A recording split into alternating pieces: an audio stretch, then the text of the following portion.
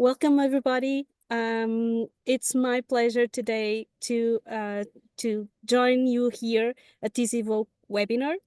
EvoKE is an international association that aims to foster evolutionary literacy, and EvoKE webinars take place every month in the first Friday of each month. So welcome to this EvoKE webinar, and it's my pleasure to introduce you Telma Laurentino. Telma did her PhD in evolutionary biology, but she fell in love by evolution education. And so she has an amazing work on evolution education and multisensory education. And she will tell us a little bit about her work now, which is truly inspiring. And I hope you feel so inspired as I did when I first heard about her work. So thank you very much, Telma, for being here. And the floor is yours. Thank you. And thank you, everyone, for being here, sharing your time with me. Oop, started with the wrong slide. Okay, let's start from the beginning. So hi, I'm going to be talking to you today about the project called evALLution, and it's a bunch of multisensory education activities that we've been developing for the last 5 years where we could. And I'm going to be sharing some results with you, but also, and I would like to start exactly there, the guiding principles, the guiding principles behind our work. So what you're seeing on your screen now are models that exist within our society and that operate in the systems that we inhabit. And this is frameworks by the Othering and Belonging Institute at the University of Berkeley, California. And so I show you this to show you a little bit of the organizing principles behind evALLution and how they've also been evolving through time and with the experience. So what happens a lot of times in our societies that we have a situation of exclusion where people are othered. They are defined a certain way. They are defined and identified with their diversities and diverse abilities, or the disabilities in the case that we'll be talking about today. And they are excluded actively, and they're not giving access or allowed participation into the societal systems that we inhabit. And then what we usually hear about as a counteraction of these exclusionary practices is integration and inclusion. And within integration, the people who are different or othered are invited into the system, because we all understand that it's, not fair to exclude anyone, but still the systemic barriers that they face are not named, they are not addressed. So it's a step where you agree that exclusion is not acceptable, but you're still not identifying and going to the systemic causes of their exclusion. So they are integrated, yet they remain minoritized within that system. And then in the next step, this is not a linear process, of course, but in the next model, you have inclusion, which is usually what we are striving for in current society.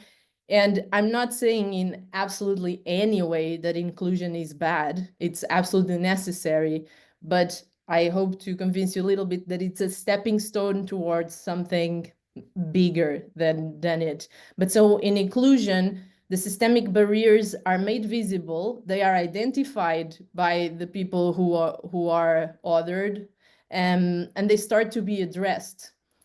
However, the thing about integration and inclusion, as necessary as they are, is that they function within the existing system. And the problem with the existing system and processes and structures is that they were originally created by people who belonged within the circle from the beginning. So if we're talking about disability or blindness, the existing system was mainly created by sighted people.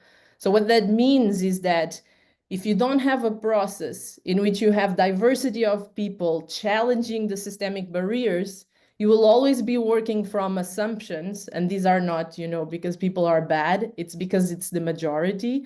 You'll be working from assumptions that are going to make it really hard to actually address the systemic barriers, minoritizing the people that you want to be in service of from the beginning. So what is there instead of this? Belonging. And in the belonging framework, what happens is that the system in itself expands through co-creation. So the people who identify the barriers because they experience them and because they live them, they are invited into the co-creation of a system that works.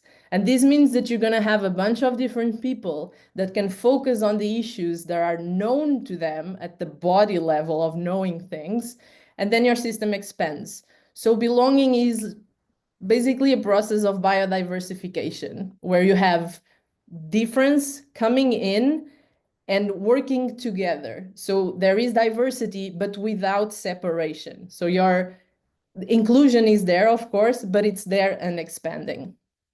So this is a quote that I really like from the Othering and Belonging Institute. So it's not enough to simply welcome people into the existing structures and processes determined by people who have been on the inside from the beginning. So you want to invite people in, but have them not be passive invitees into the system, but co-creators of something new that includes truly more people. And so the reason why I bring you this is because I'm going to be talking a lot about blind experiences and people with blindness today, but I'm not speaking for the blind people. So the work of evALLution, the barriers have been identified by people with blindness, and then the sighted people that are part of the evALLution process were invited into challenging those barriers together. So this is a learning, a live process with, that we are still learning to walk respectfully and reciprocally and in accountable matters. So I do think that belonging is evolutionary because it expands the system and it diversifies systems. And it's also deeply ecological because it's extremely relational in the way that we deal with each other's differences in a way that that doesn't separate us or establishes hierarchies between people with different abilities. So, and this can be a little bit, definitional and abstract. And I want to give you an example that we've encountered on our ever first activity. The scientists working on evALLution are all sighted scientists. Unfortunately, we've been extending invitations to scientists with blindness, but so from the beginning, we are sighted scientists trying to work with people with blindness to create educational resources that work for people with blindness. So our first instinct as sighted people is that including audio descriptions of materials will make it inclusive because you're translating visual information into auditory information. And so a person who was born blind told us, well, if you tell me that a zebra is like a horse with black and white stripes, you're describing it auditorily to me, but how many people who are born blind have the touch experience of a horse? How many people have felt a horse? How many people have even felt the model of a horse and have that present in their mind? And also stripes, black and white, those are all visual concepts. And so through the experience of evALLution and talking with other companies trying to do accessible education and listening to different blind experiences, we've learned that this happens a lot. There's an assumption by the dominant, in this case, sighted public that, oh, I know exactly how to make this accessible. And no, you don't. You're gonna have to have a co-creative process where the person who identifies the barrier is the person who knows the barrier. So from the beginning, it was very clear that the main sense of acquiring information for people with blindness is touch. And even, for example, in our first activity, we were like, oh, we're going to have Braille on every table. We're going to have, tags and explanatory text. And the person from that community, which was the community for the teaching of the blind association in Lisbon, told us that's actually a waste of resource because 90% of our population does not know Braille. The best thing that you can do for us is having an educator providing that audio information at each of the stations that you'll see later. But that audio description being informed by people with blindness. So this is what I mean when I say co-creating educational resources that actually work. You need to bring the people in that you're in service of, because otherwise you're just working on all of these systemic assumptions that are not going to allow you to create what actually matters together. All right. And so, of course, when you're doing this work, you come across a lot of individual experiences. And I've heard this a lot. The whole evALLution team has heard this a lot. There is sometimes the assumption that certain types of people are not as called to certain curiosities or certain scientific fields as others. But what we kept hearing was, I really wanted to be a biologist, but it was too visual of a field. And then in this case of this man from the Portuguese Association for the Teaching of the Blind, he said, I became an historian instead. So it's not about his capacity to learn or get information, it's about the information being available or not. But there's an underlying assumption there about biology being very visual. And so it got us thinking, like, how do we teach ecology and evolution? There's a lot of visual-centric information that we use, not only we use in the teaching space, but this is also a lot of the way in which we are called to this work, right? We grew up watching documentaries, seeing biodiversity around us. And so the way in which we teach evolution or biodiversity and ecology in the classroom is still very vision-centric. We show the phenotypes, we show the correspondences between certain phenotypes and certain environments, especially in the case of adaptation by natural selection. So we have this wonderful forms of biodiversity, and it's all encoded in images, even the way that we discuss antibiotic resistance or the way that we learn about drift with the moving graphs. So we focus a lot on visual-centric information, and then we also encode the way that we reduce the complexity and then study biodiversity and evolution, we encode that in visual information too. So these are some examples of slides from my classes. We turn phenotype into color to make visualizations more friendly for our students. So we use color, we use scheme. Our data is encoded in graphs and plots. And then trees of life, right? Phylogeny is one of the core visualizations of our field. It's the image where we get all the concepts about the evolutionary processes and patterns to be discussed. We can do it through these visualizations of trees of life. But even for sighted people, the data show that phylogeny is consistently hard to learn and hard to teach across cultures. So there's an issue with teaching and learning phylogeny that even when you're sighted, it seems to be hard to grasp, which is, really interesting, it being the core visualization of our field. But so we have visual-centric information and visual-centric teaching. The question remains, is the teaching visual because the field is visual, or is it being made visual? Because if we think as biologists, as evolutionary biologists, biodiversity is pretty much multisensorial, right? And there was many life forms before there was ever something even remotely like an eye, like vision as we know it. So if we apply that idea of the potential of the evolutionary potential of life and biodiversity to our society, it just allows us to question things maybe a little bit more deeply. So it is an ableist assumption to think that, well, the teaching is visual because the field is visual. And when I say this, and if you start by thinking, oh, I agree with this is not about you individually, and it's not about you being a bad person. This is a systemic assumption because, again, the system is created mainly by sighted people. So these assumptions are going to live in us uninterrupted if we don't listen to people who are minoritized, right? So this is data from the United States, and it's the more comprehensive data we have to date, but it's pretty much reflected on other geographies and in other contexts.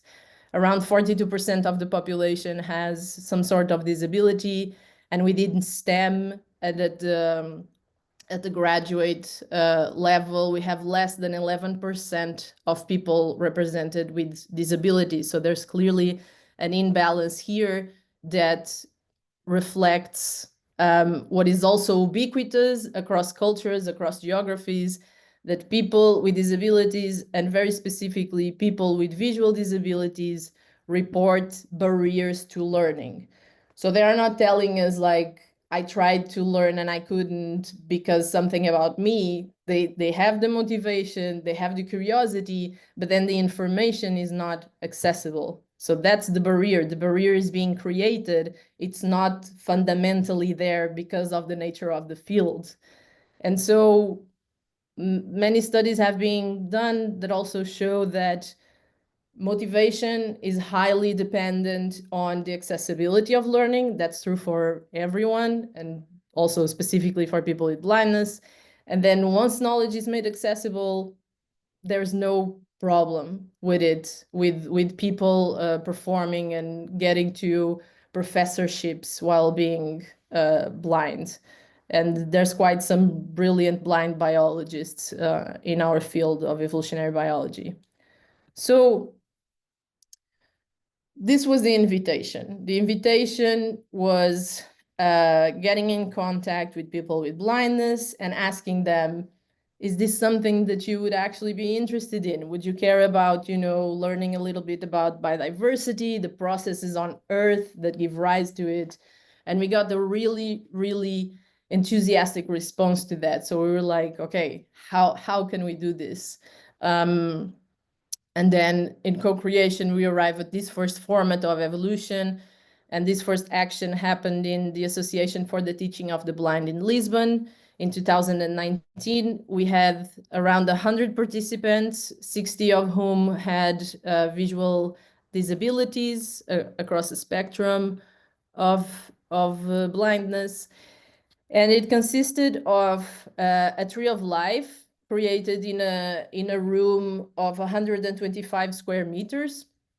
And the topography of the tree was made on the floor with carpet, so people could navigate it with their feet and feel the pattern, but they also had hand maps with a scaled recreation, 3D, that they could feel the topography on a smaller scale.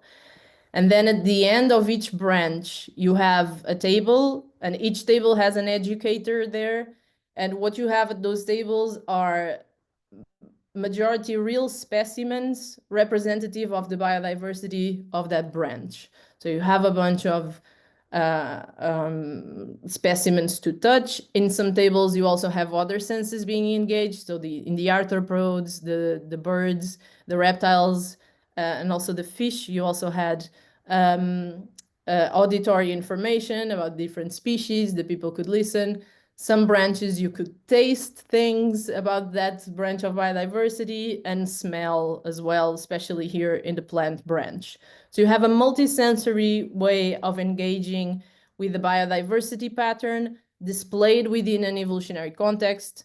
And then in some branches, we also had fossil taxa that you could also touch. So we are discussing the core principles of evolution: extinction, common ancestry, diversification, speciation, and all of those, core concepts to understand the evolution of biodiversity. I want to show you a video of that day. So you can see the carpet on the floor making the topographical pattern. And those are the tables with specimens. And this was a personal concern of mine. I really wanted majority of things to be real, because if we as sighted person can look and see biodiversity as is, then blind people should not only have access to models and, you know, plastic reproductions, which are extremely useful, and we also have them, but I also wanted them to have access to real biodiversity through their dominant senses. Some branches are obviously easier to represent than others. I'm very open to questions about any of that if you have them in the end. And then, of course, we had collaborations with zoos and museums, which allowed us to have the cool, like, specimens of more rare stuff. So we did that in APEC, and then we did it again in a smaller scale at the Ellen Keller School, also in Lisbon. And from those two actions, we distilled the framework of evolution. And so it basically focuses on giving access to evolutionary patterns and processes, and it does it with three main points. First, you want to represent biodiversity in an inclusive way. So it must be, people must be able to engage with it through their main sense and multisensorially. So it was not only blind people participated in our actions, but also sighted people.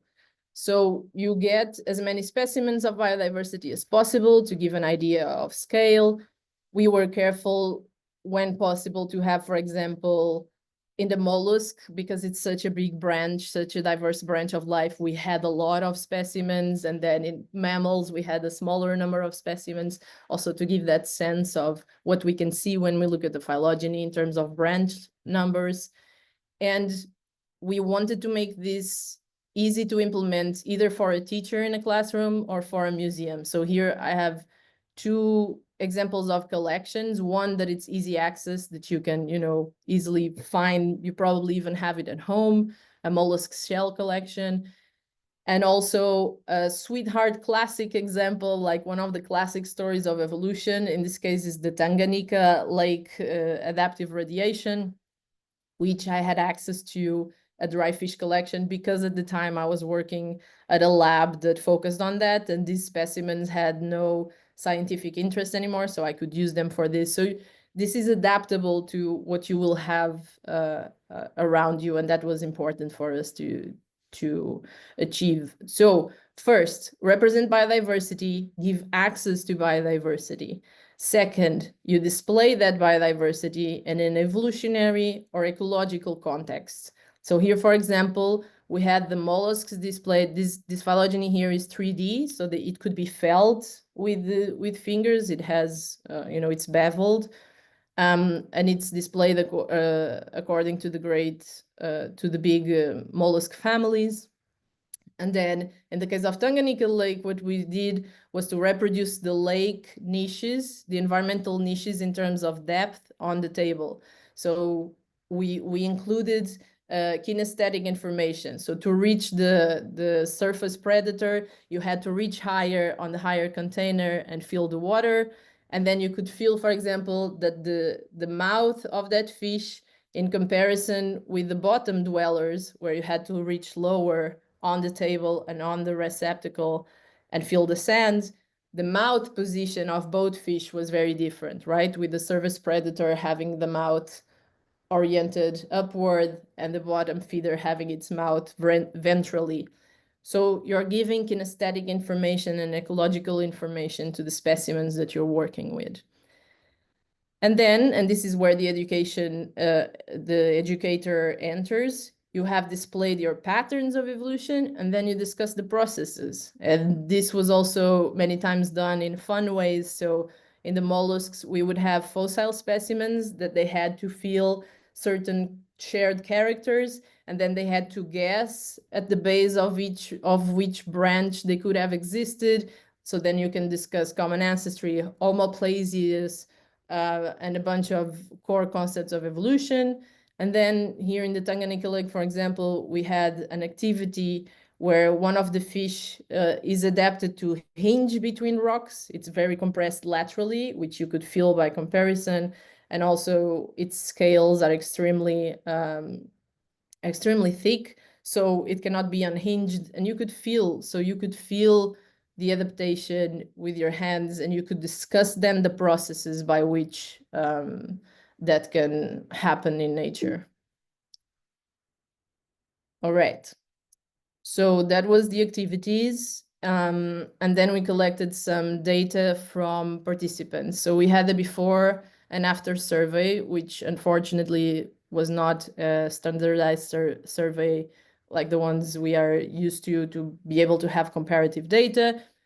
And we also had branch-specific activities, and these branches were the ones that had classic evolution examples like heliconius butterflies, stickleback fish, the adaptive radiation of Tanganyika. And so those had prediction exercises based on the real data that we know. So people would be asked, like, if the environment changes this certain way, which of the phenotypes that you're feeling might increase in frequency and why and how. So what we see consistently is that there doesn't seem too much difference. There doesn't seem to be too much differences in terms of learning experience between people with blindness and sighted people. So here you see in blue, you have the data for sighted people, and then in black, the data for people with blindness. There are not many differences even at the basal score, so before the activity, despite the education level of both groups being very different, you still have a good performance across the group. And the same is true for the prediction exercises. So we found no differences in the capacity of people to understand gradual change in frequency of phenotypes through time, and in understanding the relationship between environmental change and phenotypic change. What also emerged from those two first experiences were interesting ethnological data. So 20% in each branch, and this was intentional, in each branch, the educator would give information about how that branch of the tree of life experiences the world in terms of sensory biodiversity. So the idea being, again, that almost nothing sees in nature as we know how to see. And the idea there was to explore the potential, the inclusive potential, the belonging potential of knowing biodiversity, and to have that counteract a medical model of disability that assumes that if you lack a certain sense, then there's all these things you're never going to be able to, explore in life. And nature is pretty good at challenging, all of those categories and all of those assumptions.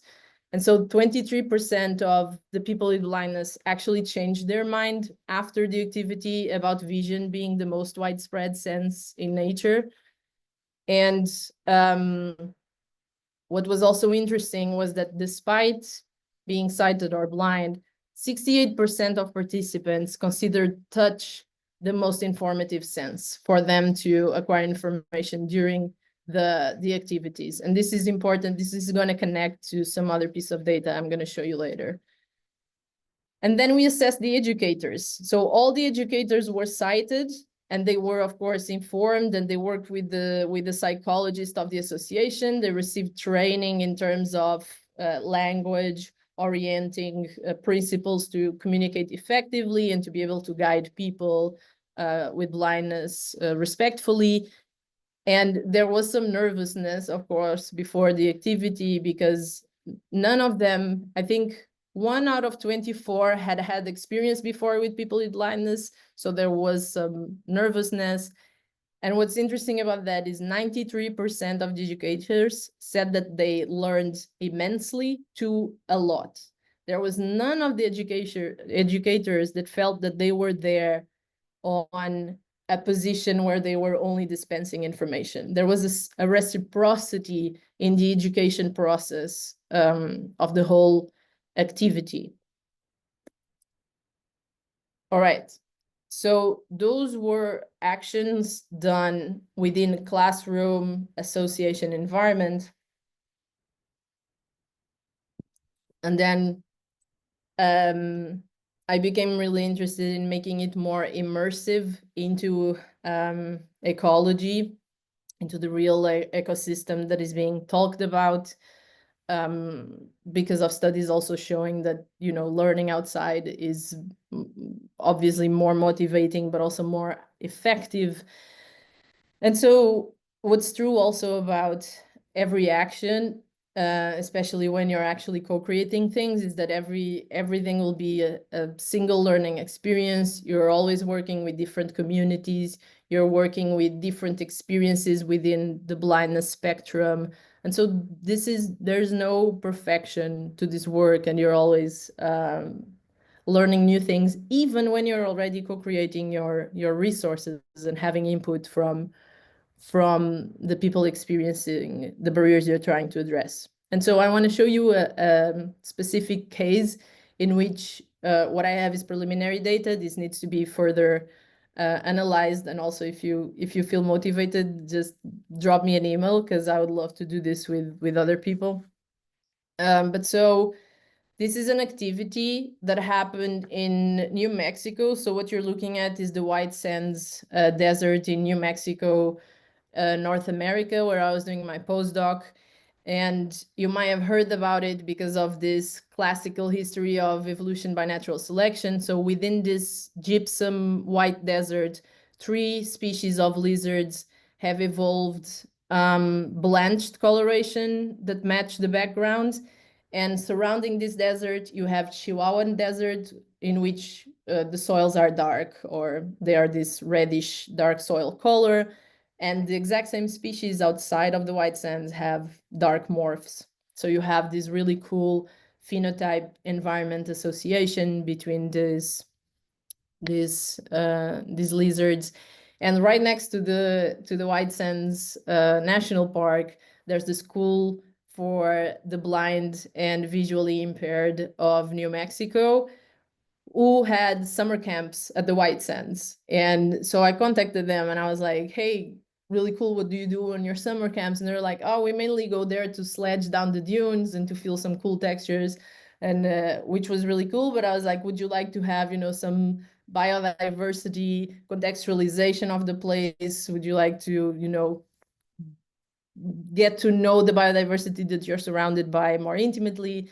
Again, very enthusiastic response. So for the first year, we developed a multisensory tour guide that they could do independently. And I also developed a first prototype of the work that I'm going to show to you later.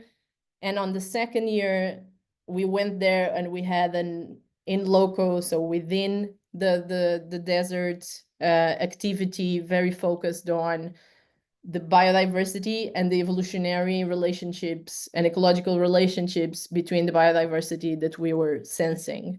And so, again, real specimens so that they could feel biodiversity. One of the objects that we developed was, you can go to the White Sands and not see animals, but you will see tracks all over the place.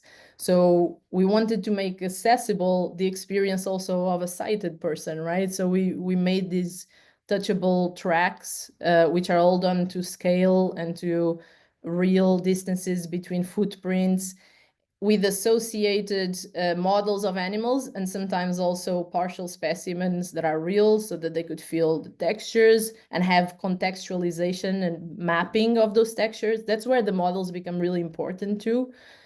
And then they had the evolutionary context connecting every species being presented to them, and everything was tactile.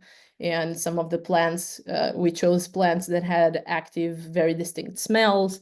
And so it's basically a portable version of the multisensory tree of life. But I want to tell you about the material that I'm not sure yet if we did what we intended to, or if there was something lost in translation. So the way in which I translated the story of the white lizard, dark lizard, white lizard in white sands was to create, let me show you here first. So this here is the material that was created. This is the shape of the white sands desert seen from space. So this was a map to scale of the white sands, and then it's cut down and you fill it with sand so that you have that texture between dark soils, white sands. And then the way that the color in the lizards was encoded was that in one of the lizards, I painted it white and glued sand on it. And this was informed by people with blindness. So the similarity of texture had to be the key. And so if you had both lizards in the sand, you would feel that the texture of the white lizard, it's closer to the sand. So you're giving the idea of camouflage. And that the texture of the dark lizard is further away from the sand, but closer to the outside of the white sands texture. So this was the translation that we are used to do in terms of color patterns. And then we also had a pre and post survey. And in the post survey, one of the questions we had was, how do the lizards camouflage in the white sands? And 58% of the students answered that it was a behavioral adaptation. And the behavioral adaptation that they mentioned is that they bury themselves, which is also true. The lizards also bury themselves, but they also do that outside of the white sand. So it's not the adaptive target of the selection process happening in the white sands. 25% answered color-based and 17% answered both. So they are the same color and also they bury themselves. And then I think that might be influenced by the sand being used as the texture to translate that color information. But then it's kind of confusing. And again, I'm telling you, this is preliminary data. We need to check if there's an association of between, for example, the type of blindness of the student and their answer, because not everyone is completely blind. Some people can see contrast, some can see a little bit of color. So this needs to be properly analyzed. I just wanted to show you this preliminary data. Because then when asked if the environmental change and they don't camouflage as well anymore, can they change through evolution and how? And 55% now mention color adaptability. And they even mentioned the gradual nature of the process. So they say, yes, they would change their color over time. Yes, they can develop the color needs to blend in their environment through the generations. And no one mentions textures or burying behavior anymore. So the ones that don't mention color adaptability mention other things, but the texture and the burying behavior that were very prevalent on the previous answer, it's not prevalent here anymore.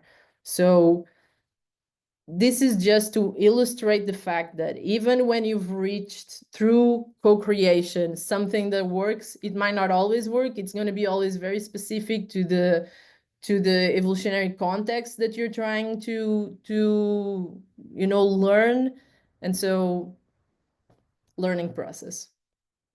All right. So to start finishing here. There is a huge institutional inertia to inclusion and belonging. And one of the exclusionary assumptions and principles behind that is that, making education inclusive is too much work for a few students, which in itself is, of course, absolutely unethical and unacceptable of a framework to work things through. It does not make sense. So I'm in no way justifying that. But so this kind of thought leads to institutional deprioritization of inclusion because, it's a minority of students that are affected. And also what ends up happening is that it puts the choice of making things inclusive and the load of it in individual educators. So it's a cascade of unfairness and of discrimination. But our point here and what I'm trying to say is that it's not even true, that it's only going to benefit a small number of students, which again, that's not even an argument that should be considered, but it's not even true. apparently, from what we've been seeing. And also what's instinctively, each one of you, I'm sure you remember, you have better memories of multisensory things that you've done in school than you have of being sitting down, just learning things through your eyes. But so in terms of data, here's an experiment done by the colleagues at Bath University, led by Alexandra de Souza, who is here today, I believe. And so again, phylogeny seems to be hard to learn, hard to teach. The question was, are we making it even harder by making it vision-centric? And so they did an experiment where a phylogeny was created with operational taxonomic units, which were not, real taxa, but they were fantasy characters. And the reason why we did this was to not allow bias of relatedness between species to influence the answers in the phylogeny understanding test. So this is the test phylogeny, and it was drawn on the floor with string. So again, similar to what we did with the multisensory tour of life, it's drawn on the floor, it can be felt and it can be walked through. And college students were divided into 3 learning conditions: a kinesthetic learning condition, where the person is walking through the topology; a multisensory condition, where the person is walking through and seeing the phylogeny, this one on the floor at the same time; and the visual condition, where the person is given access to the phylogeny printed sitting down. So like we classically learn them. And people are walking through the phylogeny or looking at it, and they are being read a script by the person guiding them that explains to them, like, we are now at the root, we are going to go to the first out group, blah, blah, blah. So the person is guiding them through the topology, through the relatedness, and through where they are in the phylogeny. And this is the data. We then test people's understanding of the phylogeny. We assess their understanding of time directionality, evolutionary relatedness, outgroup identification, patterns of descent, relationship between the taxonomic units, etc. So they are quizzed on what they've learned about the phylogeny patterns. And these are the results of that understanding test. So here we have people who are they are blindfolded. So this was all done with sighted people, and the people with kinesthetic information only are blindfolded. So they cannot see the phylogeny, they can only walk through it. These are the people who walk through it and see it, and these are the people who are sitting down looking at it. And you can see that the score is higher for people with multisensory and kinesthetic information. So even when you're blindfolded, you perform as well as people who can see and walk through it, and both perform better than people learning exclusively through visual means. And this, and you can check the paper for details or ask me later, but this was independent of learning style assessed through the VARC questionnaire. So, some people consider themselves better visual learners or auditory aesthetic learners. It was independent of self-assessed and assessed VARC style. So this has nothing to do with, oh, maybe these guys are better auditory learners, so they're bad in the visual condition. That does not seem to be the case. Of course, again, this was all done with sighted people. It must be tested for people with blindness that experience things completely different, but it's just one of the many results emerging showing that when you make things multisensory, you're not only breaking barriers of access, you're actually increasing the effectiveness of learning for all your students. And so I leave you with this final, thinking exercise or provocation, which I think especially us as evolutionary biologists and ecologists, when we are out there and about in the world, studying biodiversity, which all of us love deeply, when we find something different, like a Mexican cave fish who has lost their eyes and their pigment, our attitude is like, wow, this is amazing. Let's engage with it, curiously, understand how it is, how does this evolve, what are the differences, and how does it all work. And then in our own species, we are still very dominated by the medical model of disability that tells someone that because they have a diversity or a disability, they can't, because the world was just not made for them. And this is not life aligned. And I mean this literally and materially with all that we know from life and its evolution. So yeah, my invitation is to question assumptions and see what's lying underneath. And so I want to finish by thanking. This is a work by a lot of people, a lot of different people. It's transdisciplinary. It's done in intimate invitation and co-creation by the associations that we have and the institutions that we have worked with. And there's a lot of volunteer work that went into it. So there's some names here that contributed a lot, but there's many more to be listed, and you'll find many of them in the publications online. And just to finish, I know it's ironic that I've just showed you a lot of visual information. All of the data that I've showed you has accessible descriptions available online and open access. And yeah, I would love to hear some questions and share more with you if you'd like. Thank you so much. Thank you so much, Telma, for such a fascinating presentation and allowing us to see a whole different part, a dimension of seeing the world. So thank you, and feeling the world and experiencing, maybe is the better word for experiencing the world. My name is Rana Dajani. I apologize I was late, but Zana did a wonderful job of introducing you, and welcome to everybody here. So let's open the floor to questions or comments. You can either raise your hand, unmute yourself, and ask Telma directly, or type something in the chat if it's difficult. And then I'll save my question for last. Isabel, please go ahead, unmute yourself and ask. Yes, thank you. So first of all, thank you for this very, very amazing talk.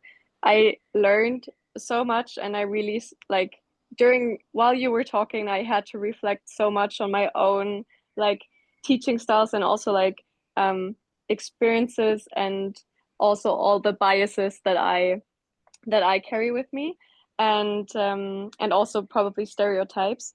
So two questions I would like to ask you as an expert in the field.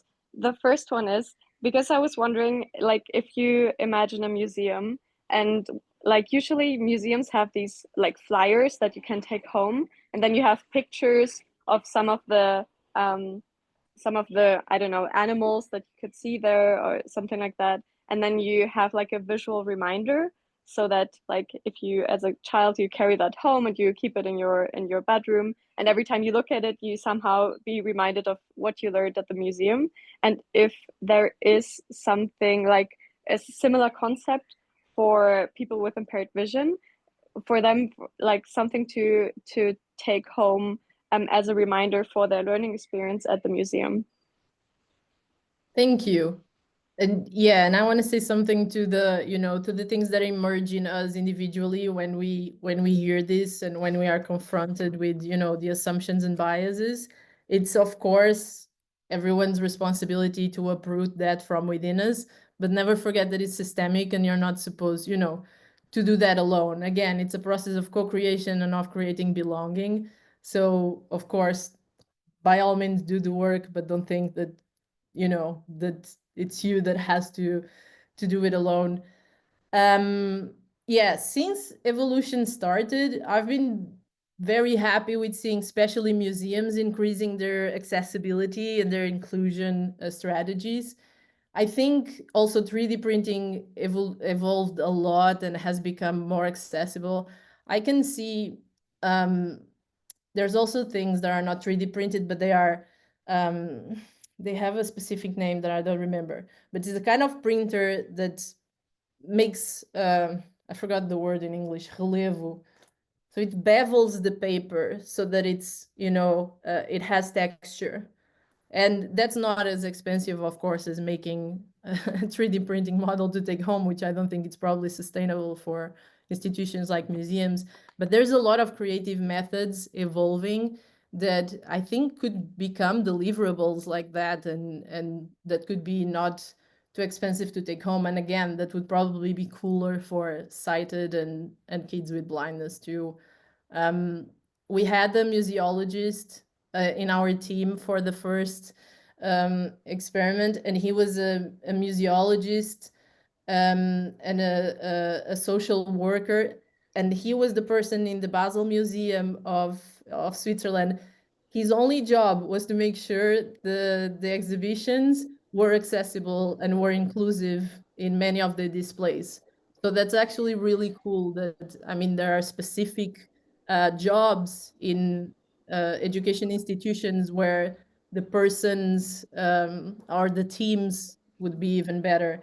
Job is to make things accessible. So I'm sure some creative solutions will come out of that. That's cool. Thank you. Yeah, I will definitely like have an eye on that. Actually, I work not in Basel, but I work in like part-time in the Natural History Museum in Zurich. So, and we also like, I think the team before I joined the museum, when they created the new exhibitions, like I think they made a really good job. They also included like people with certain impairments that like helped create the exhibitions and made them like, so we have a lot to touch, to smell, even to taste. So it's really cool, like all the tours that we have for classes are like very like include all the senses, and that's something that's always really fun, and that also makes it like special to all of the children, and no matter their background. The second thing that I would like to ask you is about like virtual reality, because I think that that's like a huge rising field, that like digitization and more is happening on the iPad, like on flat surfaces, and or like with virtual reality, that you can create like amazing like visual worlds. And even like some museums now that have these huge exhibitions about like art museums that like just have these huge rooms where they're like everything is just like projected on flat surface. Are you aware of like again of like similar methods or something that you could embrace instead of VR, or something that is like that has like a that would be like a more inclusive, or like more what was the word, like inclusive way to use such tools? Yeah, actually, technological assistive technology has been evolving way faster than educational technology. There are some really cool things in the, even in the flat screen realm, that are actually making museums, tours very accessible for people with blindness and with other sensory disabilities. I can remember there was a guy with one of these companies that visited our first multisensory tree of life, and they had this system where you could install something on your phone as a person with blindness, and you would walk through a museum, and the phone reacts to where you are. So it has a cartography within, and it starts giving you audio descriptions. And when the museum has 3D touchable things available, it also guides you directly to it. So it gives you a lot of autonomy as a person with blindness to experience the exhibitions by yourself with that assistive technology. There's a lot coming up, which is so I don't think it's either or. Either you have the screens, but the screens can also become part of the liberation of people with disability in those spaces. There's a lot of cool things emerging, also with sound, translating things into sound. So yeah, I think I think Yeah, that's what I yeah. was wondering if that's like sometimes I feel like that sometimes that it still like heavily relies on sighted people, like that you Yeah. still need someone to like start the app or like do like get them around and or like yeah just like always like yeah have so that they're not that independent to just go into a museum and just like do stuff by themselves, I feel like. Yeah, and that's going to be, you know, a case by case, but our experience, for example, with the blind people that with people with blindness that we've worked with, is that they had a lot of technological independence, and that it was actually liberating for them to have access to that. And a lot of it is good.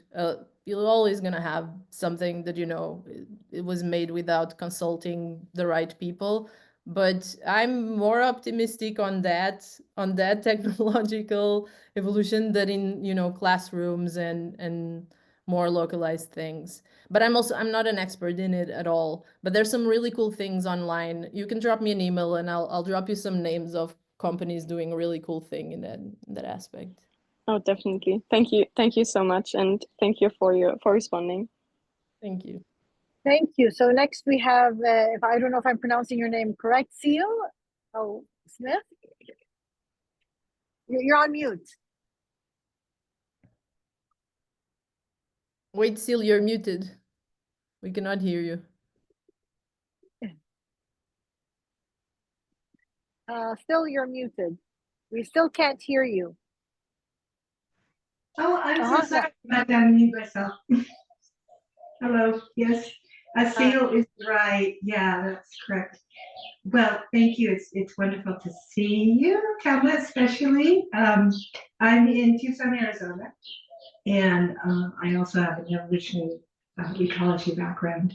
And I really enjoy having this more expansive conversation about sensing the evolutionary processes and biodiversity. And one thing I'm wondering about is in your interchanges between the diverse sensing people, like, did chemistry come up, like the sense of smell?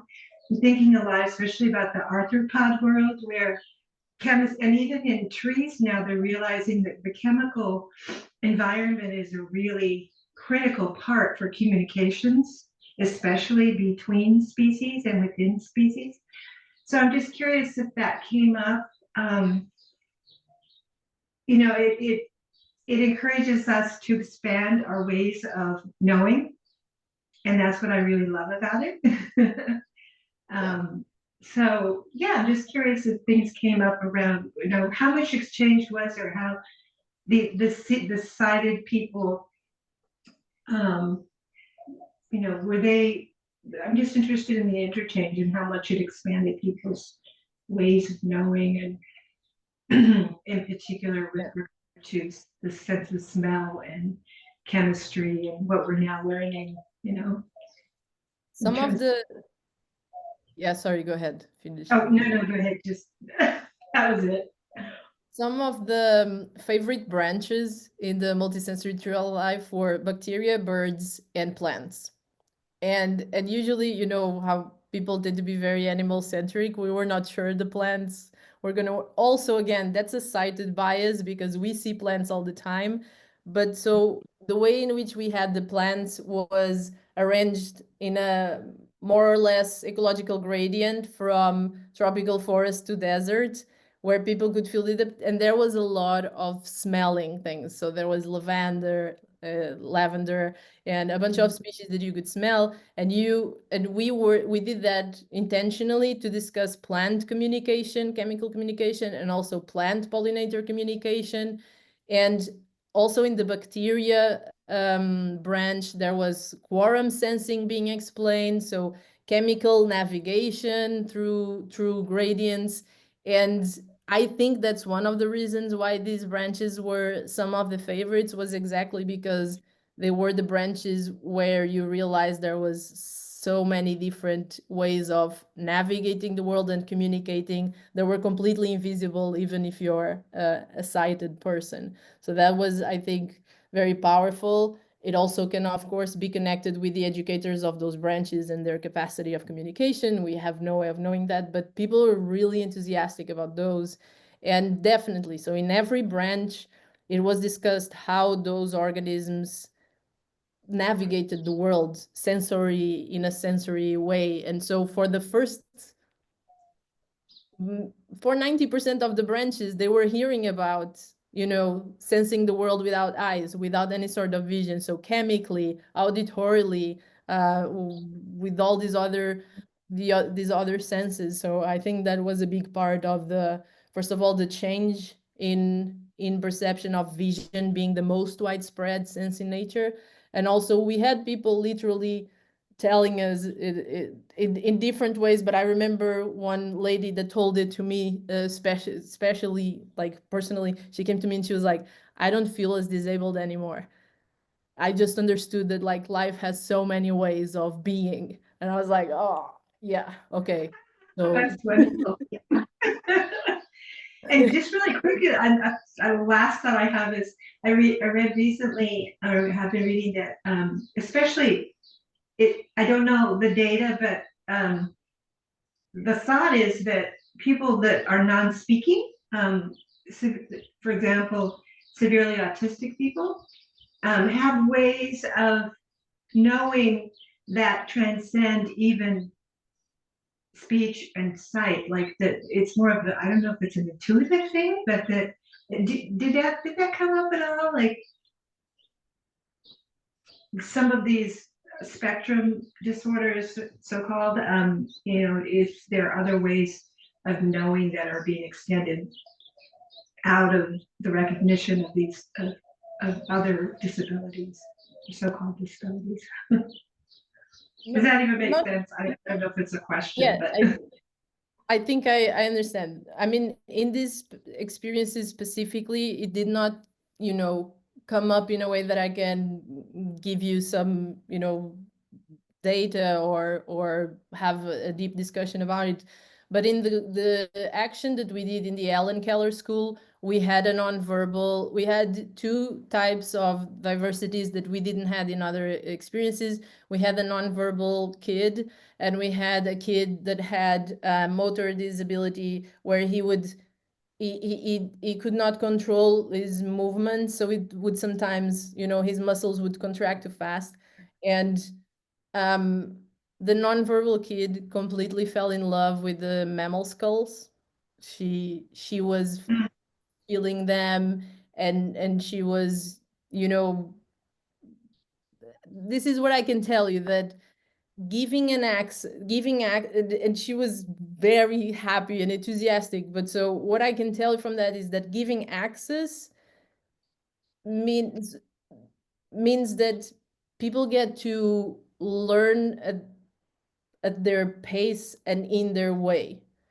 And so apparently she was drawing skulls some weeks after. And so something was learned, something mattered. Of course, we, the language barrier there doesn't allow us to understand if it was about evolution or not, but there was an access that was given to something that fascinated and that engaged some wonder and curiosity that we could see. And the kid with the motor issue, he was really afraid of touching the delicate butterflies and insects, and we were like, there's no problem, just go for it. And then he crushed one butterfly and he was very nervous about it. I was like, it's okay, we have more. So giving that access allows people to feel less separated, I think, in some way. And this is what I can tell you about that. But yeah, so I'm not answering your question at all. it's all an exploration. Thank you. Yeah.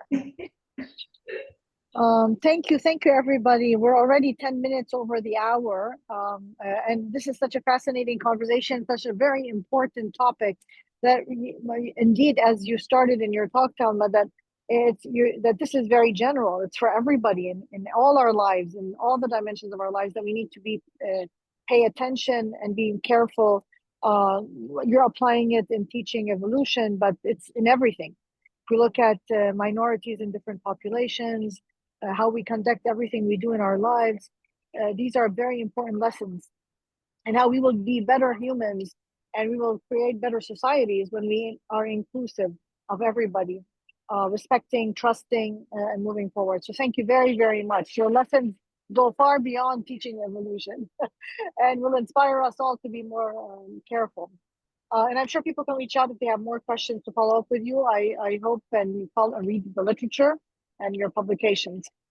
Thank you everybody for joining us. Don't forget next month, the first Friday of June, which will be June 6th, Zana has put it into the chat.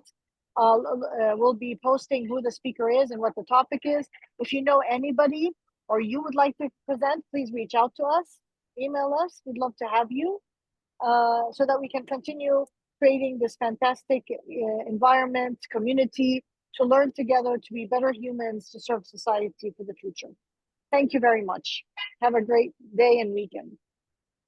Thank you. Thank you, everyone. Thank you.